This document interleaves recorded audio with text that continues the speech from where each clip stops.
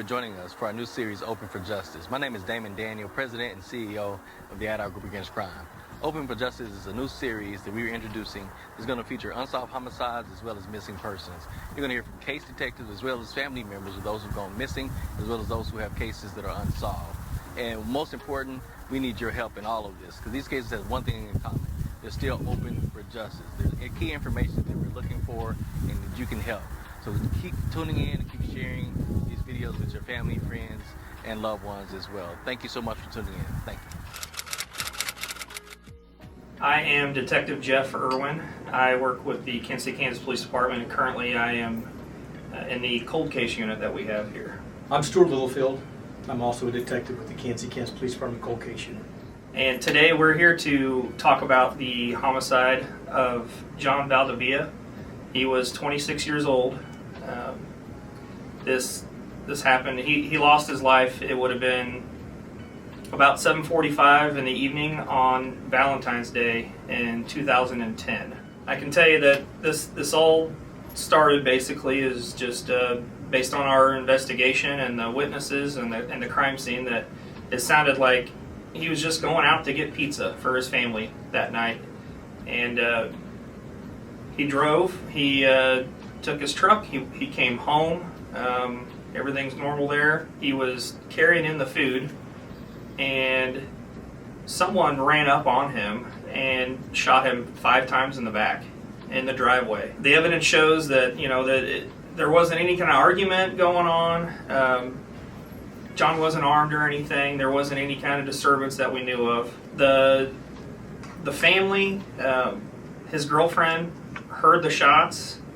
He had a newborn child, and there was another child he was also helped to raise. They were all at the home. The evidence also showed that that John was shot with a .45 caliber weapon. We believe that someone saw John out. John had a very distinctive vehicle. It was a customized SUV. We believe that they saw him and followed him home, maybe waited for him and ambushed him as he got out of his car. There was very little evidence at the scene other than shell casings, but we do know that there are people out there that have information about John's murder, and we need them to come forward.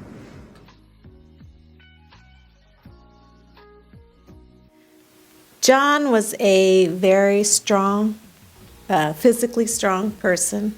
I always thought he was just like my father, very muscular, even as an infant. I would take him to the park and make him hold on to the monkey bars and see how long he could hang there. And he would hold on, and I'd look at him and I'd tell him, now you hold on, and he'd hold on until he started laughing. And then once he started laughing, then he would let go. But he was very loving to me as his mother, very loving. I would say just his little personality of being a strong person and doing things, not stopping. Like I said, if he couldn't do it, he knew his twin could, or vice versa. But he was always always going, always finishing. It's very difficult to talk about his son, because he was born on February 4th, and then his father was killed on the 14th, so he only got to be with him for 10 days. And his son doesn't remember anything. He was just an infant. So everyone in the family always tries to keep his memory alive and talk about him.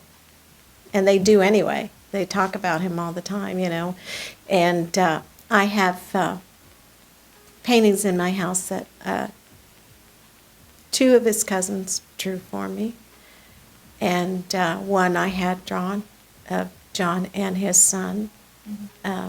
So I get to see them every day hanging on my walls, and that brings me a little relief from the pain that I do get to see his face there on my walls. Yes, this is from, I did ask his cousins and his brothers and to give me in just a few words, what made them friends? For one thing, there was a very strong brotherly bond. Even he's got 2 little half-brothers, and they said that he was like a protector to them, and that he said, we're brothers, we're not stepbrothers. I don't want to hear that word. He goes, we're brothers. So that was very, very nice to hear. He was very good. He was always there for them. If you needed somebody, he was there. He always had your back. If you needed him for anything, he would be there to help you. And he was conversational. I don't know. It's hard to describe, to say that.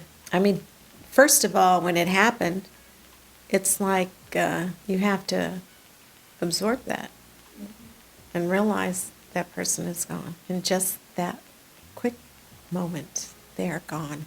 It was hard for me because you watch the door, you wait for the phone to ring, and there's no phone call, there's no one at the door. So it is emptiness.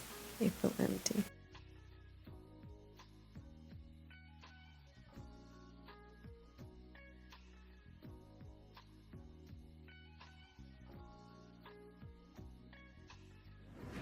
Jeff and I are both fathers, and the impact on losing a child is something that is almost beyond comprehension. It's something that's so tragic that we don't even like to talk about it because we know that it can happen to anybody. We have met with John's mother, and she's a wonderful person and terribly distraught, and knowing that she is have to live her life without her son, and John's son is going to have to grow up never knowing his father, is probably the biggest tragedy. And if someone could think about this and take it into their heart, because there are people out there that know who killed John. We have a very good idea who killed John. We just need somebody to come forward and help us with more information.